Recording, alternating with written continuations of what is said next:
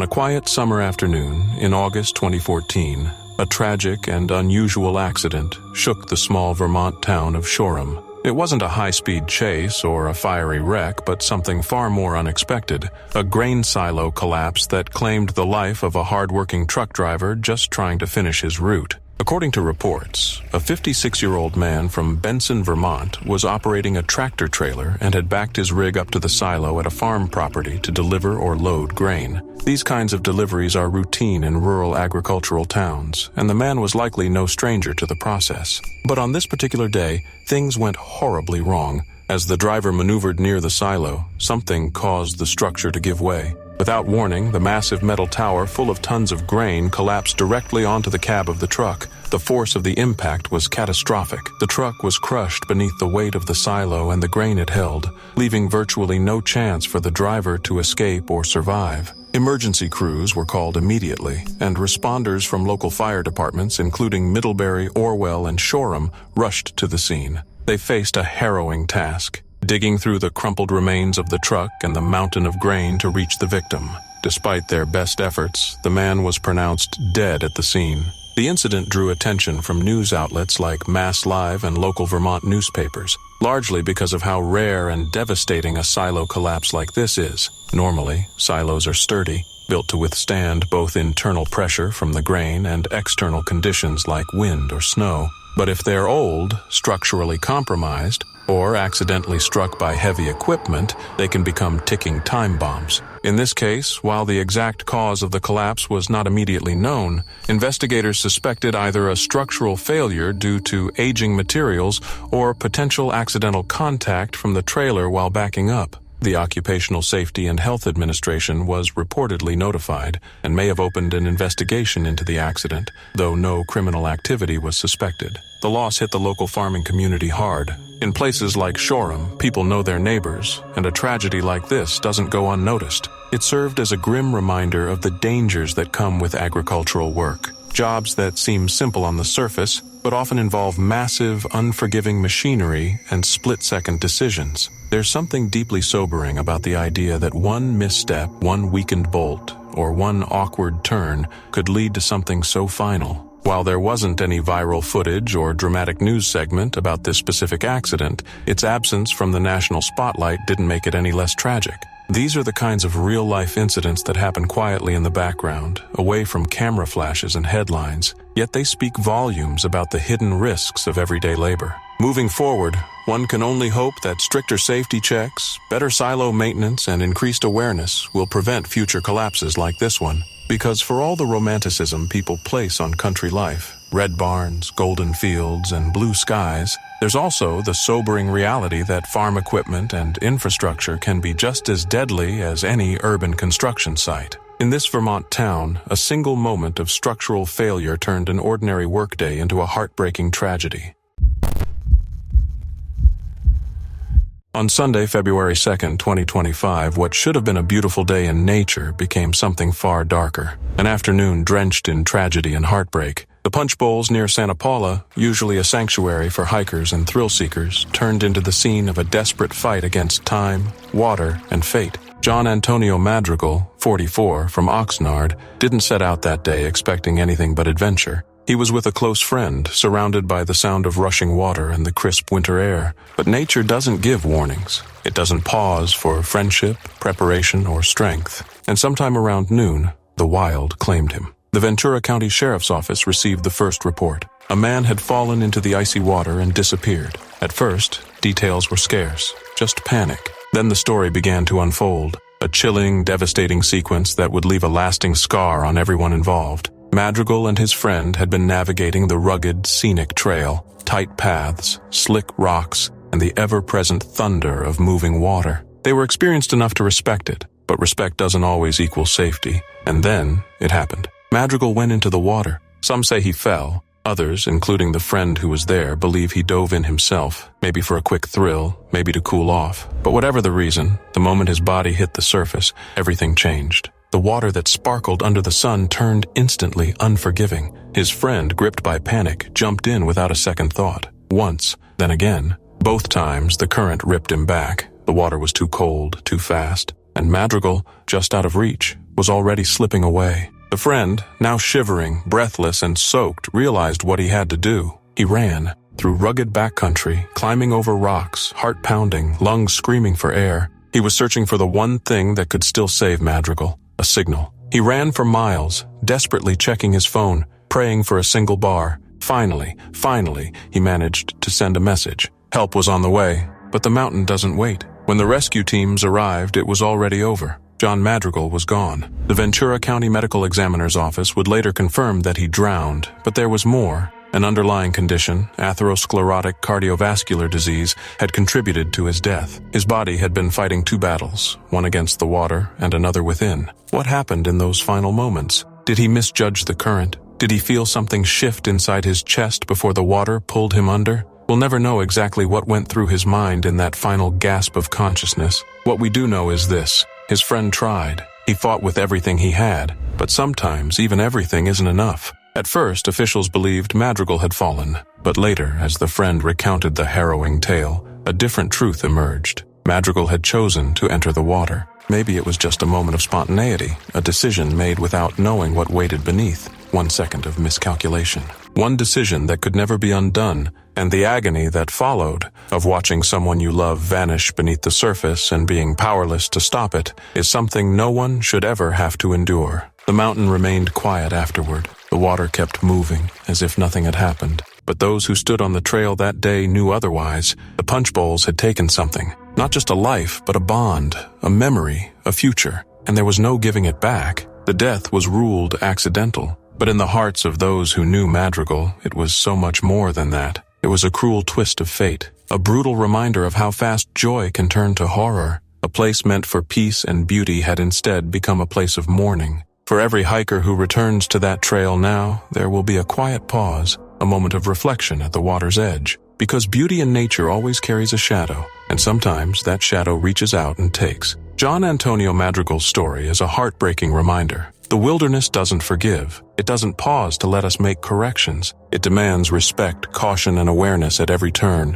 One misstep, one dive, one misjudged second, and everything can change. The water still flows at Punch Bowls, but for those who remember that day, it flows a little heavier, a little darker, a little quieter.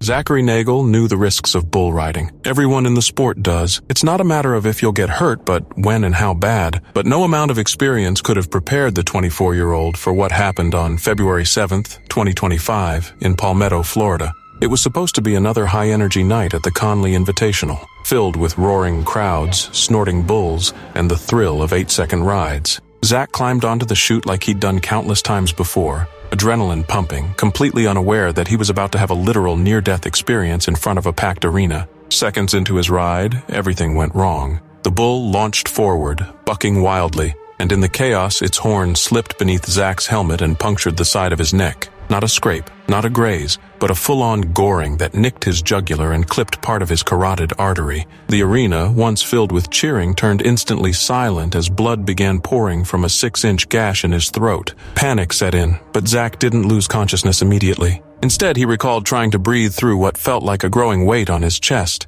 He later described thinking, "I'm not ready to die," while desperately clutching his neck. It was raw, terrifying, and absolutely real. First responders sprinted into action. Within moments, paramedics were at his side, applying pressure to the wound and trying to keep him conscious. Zach lost nearly 2 gallons of blood right there on the dirt, and yet somehow the quick intervention saved his life. He was rushed to a nearby hospital, where trauma surgeons worked quickly to repair the damage. In the hours that followed, family, friends, and fans held their breath. The injury was so severe that doctors weren't sure if he'd even survive the night. He spent days in the ICU, with tubes helping him breathe and medical teams monitoring every heartbeat and every flicker of progress. And somehow, against all odds, Zach pulled through. He emerged from surgery with his life, a brutally stitched neck wound, and a deep new appreciation for everything he'd nearly lost. His recovery wasn't just physical. Emotionally, the experience left a mark. It's not every day you're gored in front of a crowd, lose nearly all your blood, and live to tell the tale.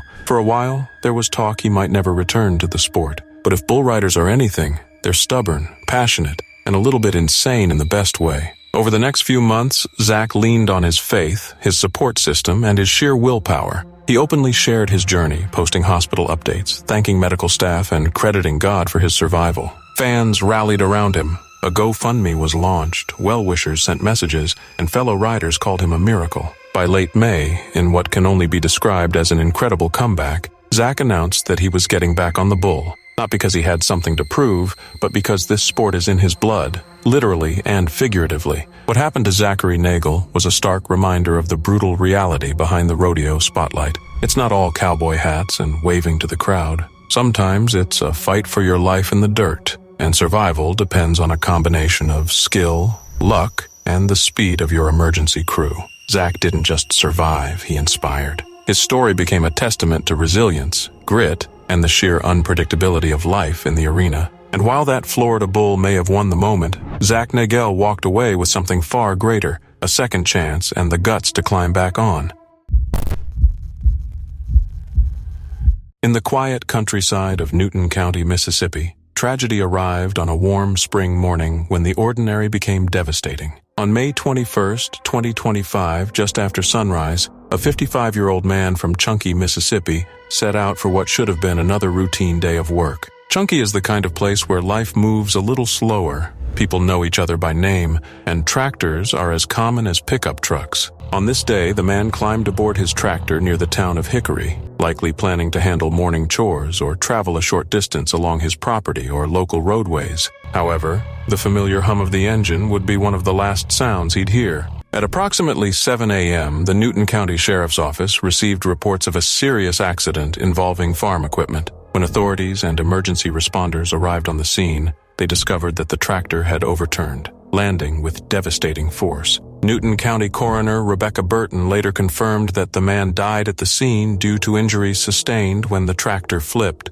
Details from the coroner's office revealed that the tractor rolled over in a wooded or sloped area, possibly where the ground was uneven or unstable. These are the kinds of conditions that can suddenly turn dangerous for heavy machinery. Tractors, despite their bulk, are surprisingly vulnerable to tipping, especially when traveling across inclined surfaces or making tight turns. Investigators noted that the tractor may have struck a rut or embankment before it toppled. It is not yet confirmed whether the tractor was equipped with a rollover protective structure, also known as a ROPS, which is a safety feature designed to shield the operator in such scenarios. Tragically, in this case, whatever safety measures may have been in place were not enough. The man was pinned beneath the weight of the vehicle, and by the time first responders reached the scene, there was nothing they could do to save him. The news spread quickly through the community, leaving friends, family, and neighbors in shock. In small towns like Chunky, a loss like this is not just felt by immediate relatives, it's felt by the entire community.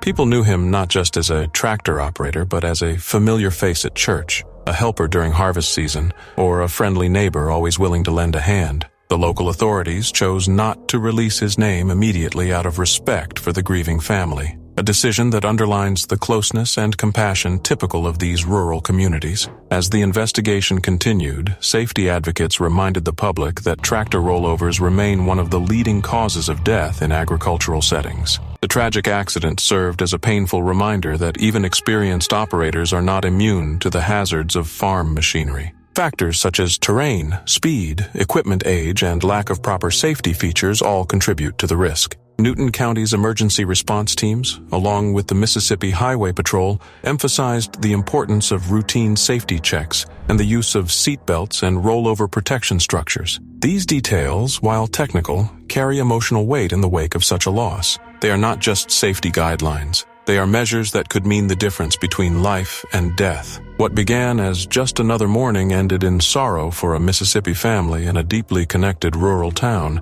Though the man's name may not appear in national headlines, his passing represents the silent dangers faced by thousands of agricultural workers across the country. It's a sobering story that highlights how easily the rhythm of daily life can be interrupted by tragedy and how important it is to value safety, community, and every single sunrise that we get to see. Tucked deep within Zion National Park, this trail lures thousands every year. Some come for the views, some come for the thrill, but all who step onto its path are flirting with gravity. The trail snakes up a rugged rock spine with sheer cliffs dropping on either side, sometimes just inches from your boots. Chains bolted into the stone offer some support, but they're not a guarantee. They're a suggestion, a final grip before the void. For many, reaching the summit feels like a triumph over fear, but for others, it ends in tragedy. In 2017, 45-year-old Tate Valino was hiking the trail, fit, prepared, and no stranger to adventure. But on one narrow section, where the ledge shrinks and the canyon yawns wide, Tate lost his footing. In seconds, he was gone, falling nearly 1,000 feet to the rocks below. There was no time to react, no second chance. The mountain had taken him. His death wasn't the first, and tragically, it hasn't been the last. Park officials warn visitors constantly, this is not a trail for everyone. It demands strength, focus, and respect.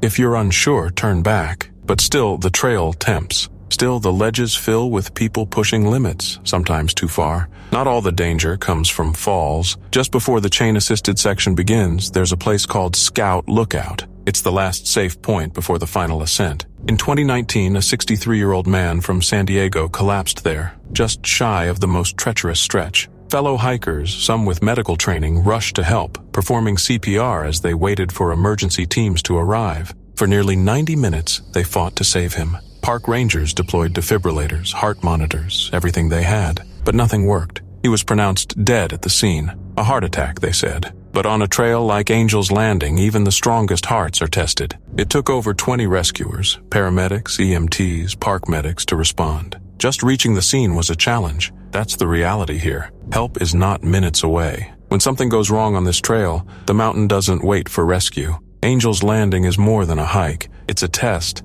a gauntlet of stone and altitude and nerve. And while the photos from the top are breathtaking, they don't show the ledges, the trembling hands, the moment when your instincts scream, stop, but you keep going anyway. For those drawn to its heights, there's a responsibility, one that can't be overstated. Know your limits. Listen to your body. That ache in your chest, that wave of dizziness, that hesitation, don't ignore them. They're not weaknesses, they're warnings. The trail is not going anywhere. But if you ignore the signs, you might. Angel's Landing isn't evil. It doesn't hunt, but it doesn't forgive either. It is stunning. It is merciless. And it demands one thing above all else, respect. Because in Zion, the angels don't always catch you when you fall.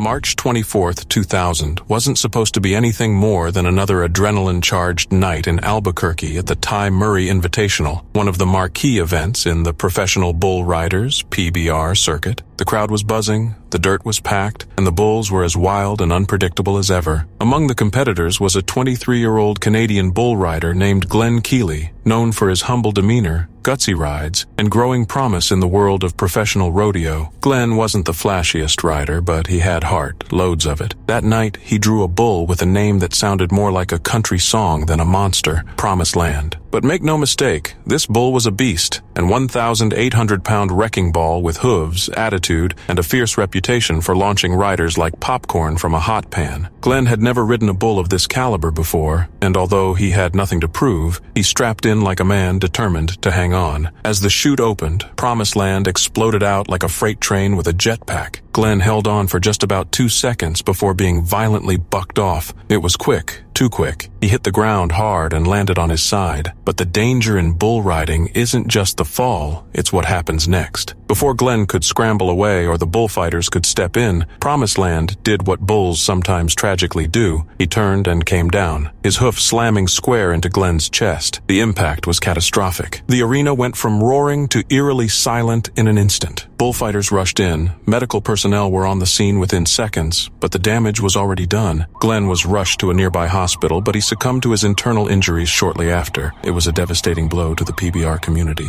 Glenn Keeley became the first rider to ever die in a PBR-sanctioned event. The loss of Glenn Keeley hit hard. He wasn't just another cowboy chasing glory. He was a beloved son, a rising star, and a respected rider among his peers. Hailing from Alberta, Canada, Glenn had that quiet determination that made people root for him. He wasn't chasing fame. He was just doing what he loved, riding bulls with grit and grace. His death was a painful reminder of how unforgiving the sport could be. It sparked renewed conversations about safety equipment, rider training, and the brutal reality that even in a sport where toughness is the currency, fragility still lurks one misstep away. In the wake of his passing, the PBR and the broader rodeo world mourned, paid tribute, and quietly questioned how to better protect the athletes who put their lives on the line for 8 seconds of glory. Today, Glenn Keely's legacy lives on, especially in Canada, where the Glenn Keely Memorial Bull Riding event is held annually to honor his memory and support young riders who share the same fire he had. His story is etched into the lore of the sport, not just as a cautionary tale, but as a testament to the kind of courage that defines bull riders. He may not have ridden Promised Land for the full 8 seconds, but in those brief moments, Glenn Keely rode with everything he had, and for that,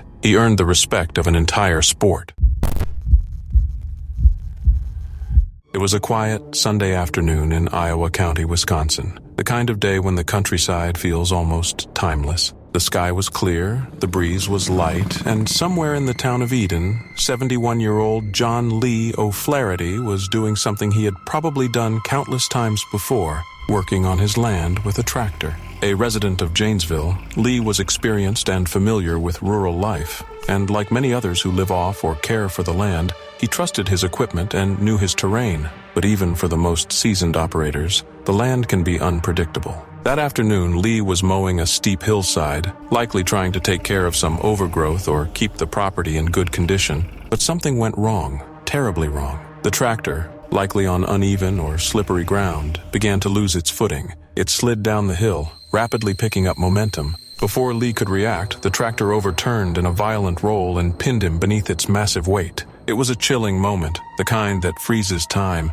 Emergency services were called immediately, and rescue teams rushed to the scene. But by the time they arrived, the damage had already been done. Lee was found underneath the tractor with no signs of life. First responders pronounced him dead at the scene. The Iowa County Sheriff's Office later released his identity and confirmed what had happened: a tragic farming accident on a quiet piece of land. This wasn't just a freak incident. It was a stark reminder of how dangerous heavy machinery can be, especially on steep or unstable ground. Tractors, while vital tools in agriculture, can become deadly in a matter of seconds. Lee's death sent ripples through the local community. Friends, neighbors, and loved ones mourned the loss of a man who had simply been doing what he loved. The sheriff's office asked for privacy for the family, and rightfully so. They were facing a sudden, heartbreaking loss that no one could have seen coming. Stories like this often go unnoticed outside of rural towns, but they matter deeply. They remind us that behind every accident is a real person, a family,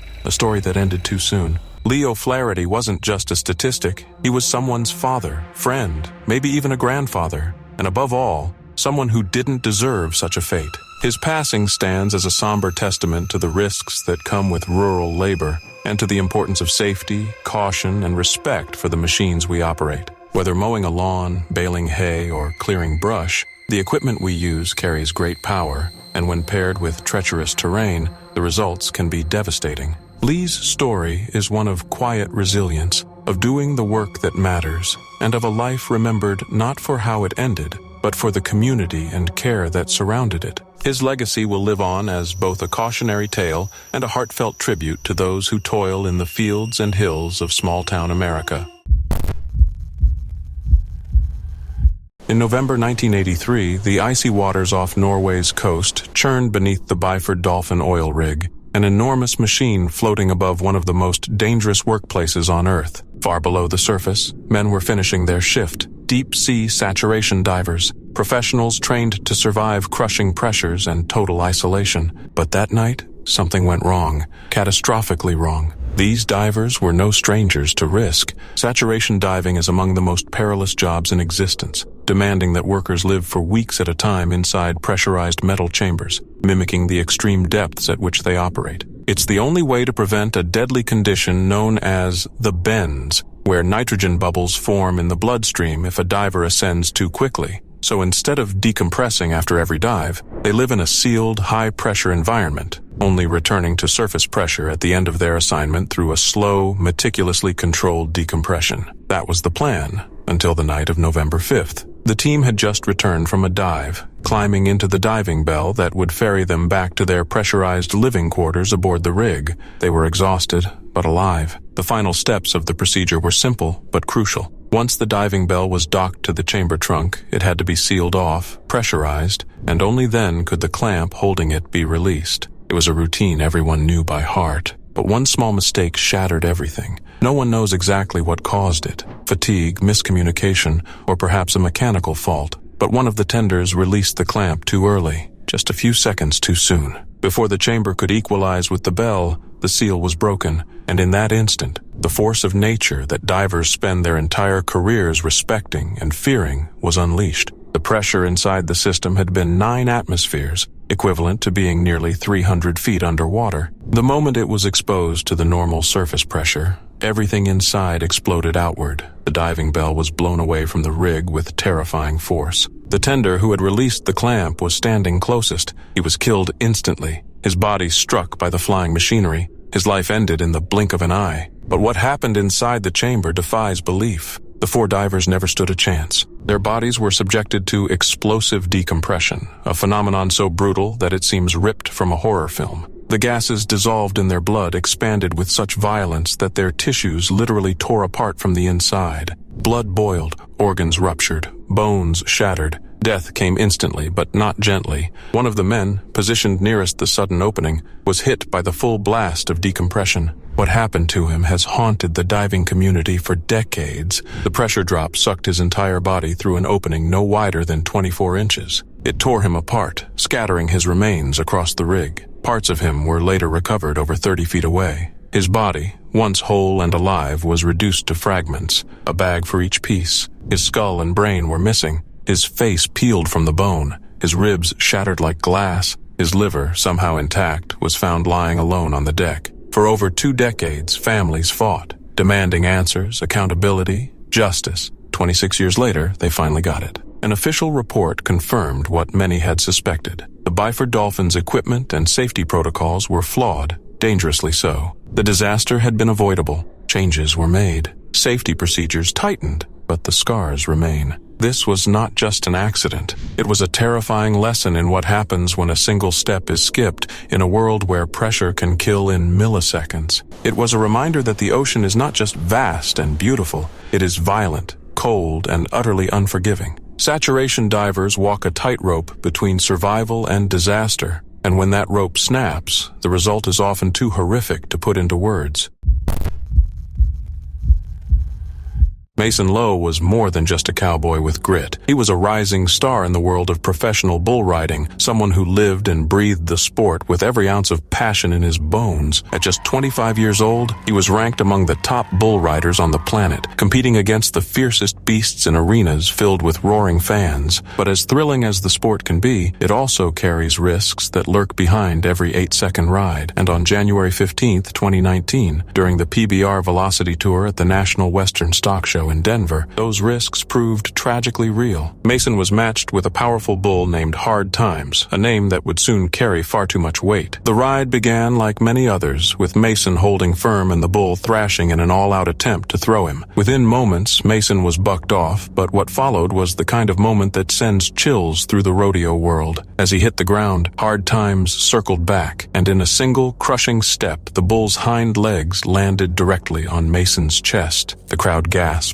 The announcers fell silent, and for a brief, surreal moment, time seemed to freeze. Mason managed to stand, walk a few steps, and even looked like he might be okay, until he collapsed. Emergency crews rushed in and transported him to Denver Health, but the damage was devastating. Despite wearing a protective vest, Mason suffered massive internal injuries, severe trauma to his heart and aorta. He passed away shortly after, sending shockwaves through the entire bull riding community. Mason's death wasn't just a loss to the sport, it was a deeply personal blow to those who knew him. He was known as a quiet, humble, hard-working man who never chased the spotlight, even though his talent could have filled stadiums. His fellow riders described him as kind-hearted and fearless, someone who didn't just ride bulls, but truly respected them. The Professional Bull Riders, PBR organization, responded swiftly, honoring Mason's memory with a touching arena tribute, black ribbon patches, and a wave of support from fans and fellow competitors alike. A memorial fund was set up, which raised over $200,000 for his wife Abby and his family, a testament to the deep respect the rodeo world had for him. The bull Hard Times was not blamed for the incident. It was determined to be a tragic accident, one that highlighted just how unpredictable and dangerous this sport truly is. Unlike most sports, where bruises and sprains are the biggest threat, bull riding plays with much higher stakes, where one wrong step can alter everything. In the wake of Mason's passing, PBR established the Mason Lowe Award, an annual honor given to the rider who earns the highest marked ride of the season in the Unleash the Beast series. It's a fitting tribute for someone who gave his all every time he climbed into the chute. His legacy lives on, not only in that award, but also in the hearts of every rider who straps in, not just for glory, but for the love of the sport, just like Mason did. His story is a sobering reminder that behind the cheers, pyrotechnics, and adrenaline of bull riding, there's a quiet bravery at play, men and women chasing a dream, fully aware of the risks, riding anyway. Mason Lowe wasn't just a cowboy, he was a symbol of courage, a professional who met the toughest challenges with strength and humility. And though he's no longer riding among us, his spirit will forever echo through the chutes of every PBR arena.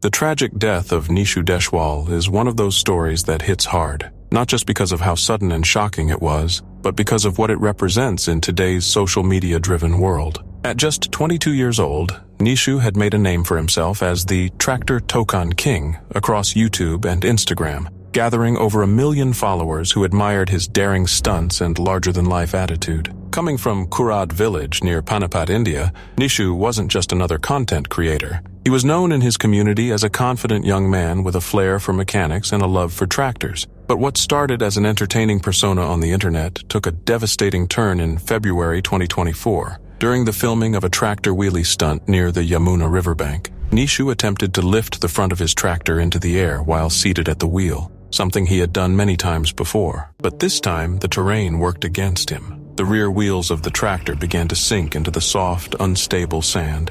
Within moments, the heavy machine lost its balance and tipped backward with brutal force, crushing Nishu beneath the front structure and steering column. He died instantly, in front of the very friends who were recording the stunt. News of his death spread quickly, both in Panipat and online, and tributes began pouring in. But so did the difficult conversations. Why was there no safety equipment? Why perform a dangerous stunt in such an unpredictable location? And perhaps most importantly, why has online validation become so closely tied to increasingly risky behavior? For someone like Nishu, who had a 6-month-old son and a growing following, the pressure to constantly outdo his previous stunts may have felt immense. Social media, after all, rewards the extreme with bigger risks, more views, and more fame.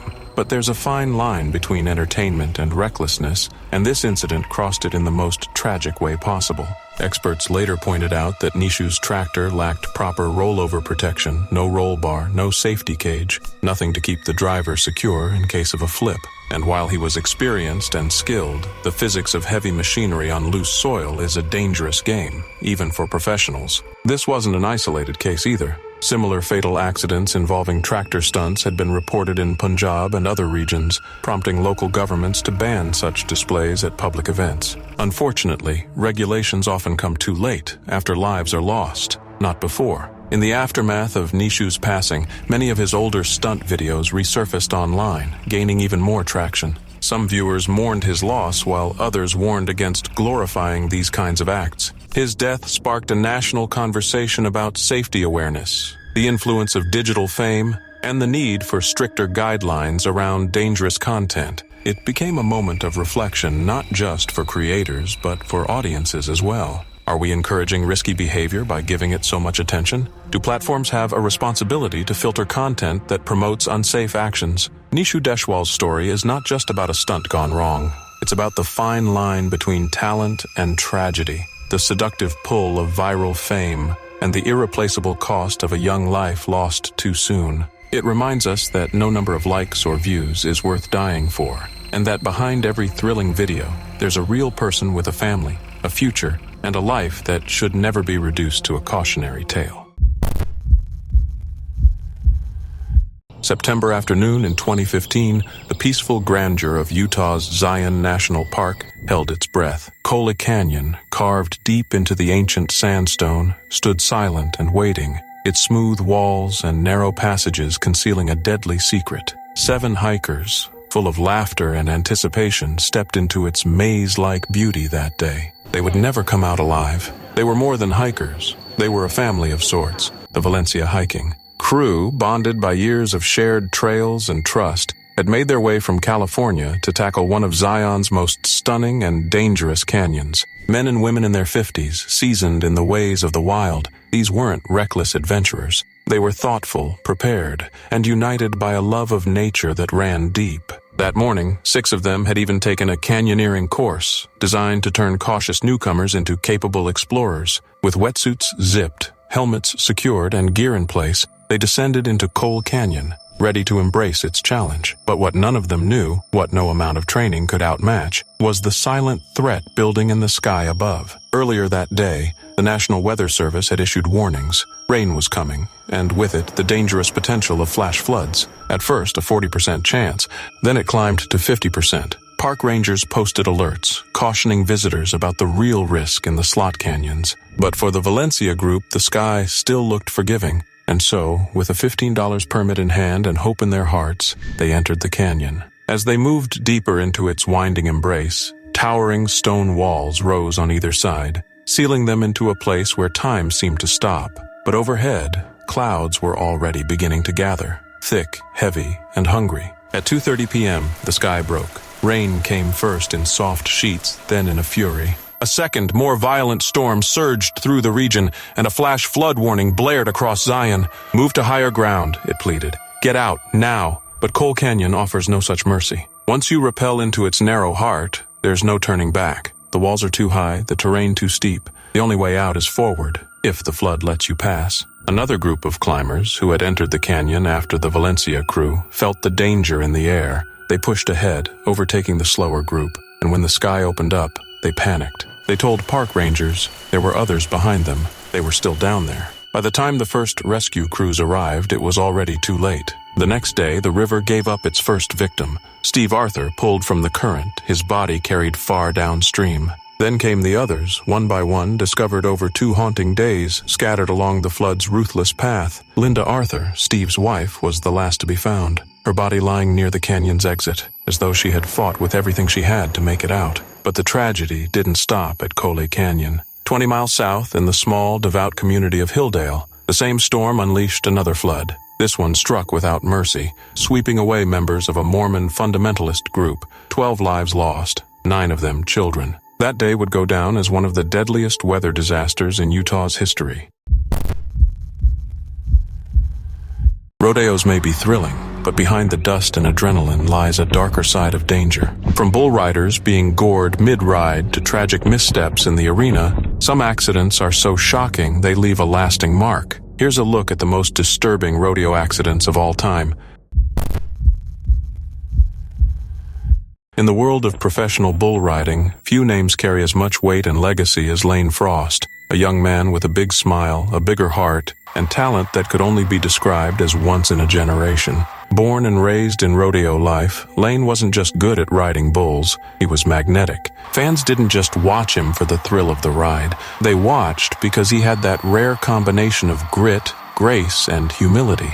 At only 25 years old, he had already achieved what many only dream of, becoming the 1987 PRCA World Champion and rising to icon status in the rodeo circuit. But on July 30th, 1989, at the Cheyenne Frontier Days Rodeo in Wyoming, one of the biggest events on the circuit, the sport lost one of its brightest stars in a moment that would forever change rodeo history. That day, Lane was matched with a bull ominously named Taken Care of Business, a 1,900-pound beast that lived up to its name. Lane did what he did best. He held on for 8 perfect seconds, scoring a clean ride that had the crowd roaring. But what came after is the part no one saw coming. As Lane dismounted and turned to move away, the bull spun back unexpectedly and struck him in the side with its horn. It wasn't a brutal toss or a wild trampling, just a single hit, but it was in the worst possible place. The horn broke several ribs, and one of them punctured Lane's heart and lungs. At first, the seriousness of the injury wasn't clear. Rodeo riders get banged up all the time, but this was different. Despite emergency medical efforts on the arena floor and a rush to the hospital, Lane died shortly after. The rodeo world was stunned. This wasn't just the loss of a champion, it was the loss of someone who embodied everything good about the sport: sportsmanship, courage, kindness, and a relentless drive to be better. Lane's death sent shockwaves across the community, but it also sparked an urgent conversation about rider safety. At the time, protective vests weren't required. Most riders didn't wear them, thinking they were cumbersome or unnecessary. But after Lane's death, that attitude changed fast. In fact, one of his close friends and fellow bull riders, Cody Lambert, developed the first widely used protective vest in Lane's memory. Today, such vests are mandatory in most rodeo circuits, and they've undoubtedly saved countless lives. So while Lane's life ended too soon, his legacy lived on. Not just in the fans who remember his dazzling performances or the film 8 Seconds that told his story, but in the very gear that now protects every bull rider who climbs into the chute. His story is one of triumph and tragedy, of heart and heartbreak. Lane Frost wasn't just a rodeo cowboy. He was a symbol of bravery and humility in a sport that demands both in every single ride. His final moments were a cruel reminder of how dangerous the sport can be, but the changes that followed proved that even in tragedy, something meaningful can emerge. To this day, people visit his grave in Oklahoma, leave flowers, belt buckles, and notes, and remember the young man who did more than ride bulls. He changed the rodeo forever. It was a regular Thursday afternoon out on the peaceful plains of South Dakota, birds chirping, tractors humming, and ditches being trimmed like suburban hedges before a BBQ. But somewhere southeast of Aberdeen, things took a sudden and tragic turn. Meet 74-year-old Ronald Glugla, a seasoned local with enough experience on a farmall tractor to make John Deere jealous. On May 1st, 2025, Ron was out doing what he probably did every spring, mowing the ditches. The man was riding a classic red farmall with a belly mower attached, probably with a baseball cap on, minding his own business along 138th Street. Now, this wasn't a flat country road. No, sir. It was a sloped, sneaky stretch, one of those deceptive ditches that look manageable until you tilt just a little too far. Around 2:42 p.m., while working that steep incline like a pro landscaper, the tractor slipped and rolled. We're talking a full-on rollover, not just a tip, but a tragic tumble that ended up being fatal. Ron wasn't wearing a seatbelt. Maybe because in the old days, tractors didn't even have them. Unfortunately, when the machine flipped, he didn't stand a chance. Emergency crews rushed to the scene, probably expecting a routine rescue, only to find it was already too late. Ron was pronounced dead at the scene, right there on the side of the rural road he had likely driven 1,000 times before. The South Dakota Highway Patrol got on the case immediately. Their report, filed faster than a South Dakota blizzard rolls in, confirmed it was a single-vehicle crash, just the tractor, the ditch, and a heartbreaking accident. The vehicle had one job, mow grass. But on that day, gravity and slope had other plans. It's worth pointing out that tractors aren't the harmless, clunky machines they look like, especially not on slopes. They're basically 4,000-pound tipping hazards, and even with slow speeds, they can be deadly. The patrol's investigation remains ongoing, but initial findings suggest that had a seatbelt or rollover protection structure been in place or used properly, the outcome might have been different. This wasn't just a freak accident. It was an unfortunate reminder of how dangerous everyday farming tasks can be,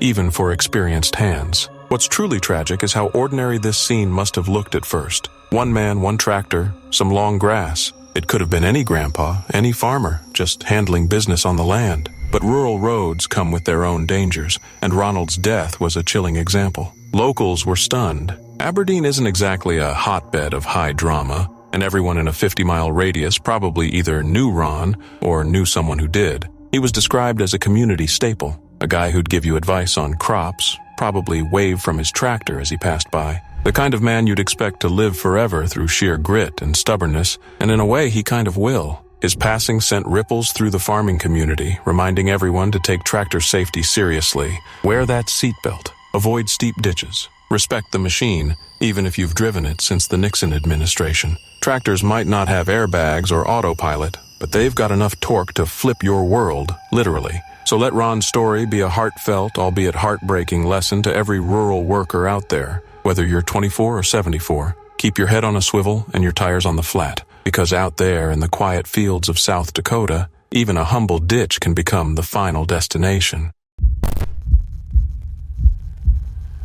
What began as a bold personal quest turned into a haunting tragedy high above the clouds. On the jagged slopes of Mount Whitney, the tallest peak in the lower 48 states, a 29-year-old man from San Antonio, Taylor Rodriguez, set off alone. full of hope, determination, and dreams of standing atop a 505-foot giant. He never made it back down. It was December 30th, 2024, when Taylor took his first steps onto the snow-dusted trails, unaware that he was walking straight into a deadly storm of isolation, cold, and nature's ruthless grip. For the first 2 days, there was only silence, then panic. By January 2nd, alarms rang out. No check-ins, no updates, no signs of his return. The mountain wasn't just silent, it had swallowed him whole. Inyo County Search and Rescue launched into action, joined by the Inyo County Sheriff's Office. They focused their efforts on the Whitney Trail and the Mountaineers Route, two of the most traveled paths to the summit. These trails, though beautiful, are unforgiving in the winter months, with icy cliffs, whiteouts, and brutal winds that can disorient even seasoned climbers. As time dragged on, the urgency thickened. Rescuers turned to social media, pleading with anyone who had been on the mountain between December 30th and January 2nd. Maybe someone had crossed paths with Taylor. Maybe someone had seen him or his gear. But the wilderness offered no hints, no footprints, no calls for help, just more silence. Then came January 4th. At 12,000 feet near the treacherous North Fork of Lone Pine Creek Trail, search teams made a grim discovery. Taylor's body was found, cold, lifeless, and alone, just miles from the summit he had so desperately hoped to reach. The rescue crews, battered by days of wind, snow, and hope-turned heartbreak, had brought him home. But not the way anyone had wanted. We extend our deepest condolences to Taylor's family and friends during this difficult time, the Inyo County Search and Rescue team posted, their words heavy with sorrow. Rodriguez had originally set out from San Antonio on December 28th, his eyes locked on Mount Whitney's crown.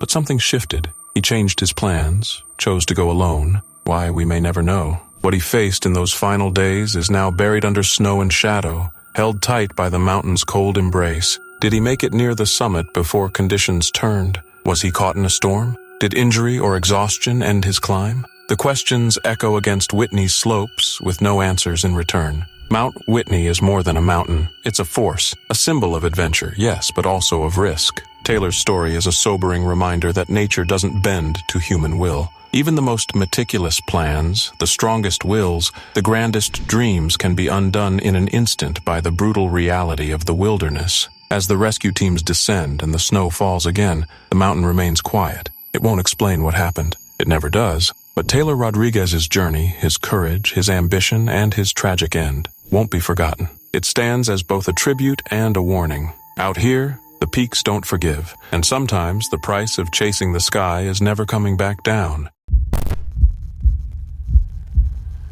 In December of 1994, the glittering lights of Las Vegas set the stage for the National Finals Rodeo, the Super Bowl of bull riding. The arena was packed, the crowd electric, and the energy palpable as the best rodeo athletes in the world gathered to test their grit against some of the fiercest bulls in the sport. Among them was Brent Thurman, a 25-year-old rising star from Texas whose talent and fearless spirit had already earned him a spot among the greats. Known for his calm demeanor and unwavering focus, Brent wasn't just another cowboy in the lineup. He was a fan favorite with a promising future. That night, Brent was matched with Red Wolf, a massive and notoriously unpredictable bull with a reputation for giving riders the fight of their lives. Red Wolf wasn't just powerful, he was intelligent, calculating, and known for the kind of athleticism that made him as famous as the men who tried to ride him. For most cowboys, drawing Red Wolf meant a long night. But for Brent, it was a challenge he seemed ready to face. He climbed into the chute, adjusted his grip, gave a quick nod, and the gate burst open. What followed was a ride that showcased Brent's remarkable skill. He held on, balanced and focused, as Red Wolf exploded out of the gate and twisted with raw fury. Brent lasted the full 8 seconds, an incredible feat against a bull like that, and the crowd roared in approval. But as the buzzer sounded and Brent dismounted, tragedy struck. Red Wolf, instead of galloping away, spun around and delivered a crushing blow to Brent's head with his horn, followed by a brutal trampling as the bull passed over him. The celebration turned to horror in an instant. Brent lay unconscious in the dirt as medics rushed to his side. He was immediately transported to the hospital, where doctors discovered he had suffered severe head injuries. He was placed in a coma and remained in critical condition. For 6 days, family, friends, and the rodeo community held their breath, hoping for a miracle. But on December 17, 1994, Brent Thurman passed away, surrounded by loved ones. He was only 25 years old. His death was a heartbreaking moment that shook the entire rodeo world to its core. He wasn't just a competitor, he was a symbol of courage, sportsmanship, and determination. In the wake of his passing, the rodeo community came together not just to mourn, but to honor Brent's legacy. His story became a powerful reminder of the dangers these athletes face every time they step into the arena, and the unmatched bravery it takes to do what they do. To keep his memory alive, the Brent Thurman Memorial Award was established, given each year at the NFR to the rider who earns the highest scored bull ride. It's not just an award, it's a tribute to Brent's spirit, skill, and the mark he left on the sport. Even today, decades later, Brent's name is remembered with respect and reverence. His final ride may have ended in tragedy, but it also served as a lasting symbol of the risks, the passion, and the heart that define the world of bull riding. Brent Thurman rode with courage, lived with purpose, and left behind a legacy that continues to inspire every cowboy who dares to climb on the back of a bull.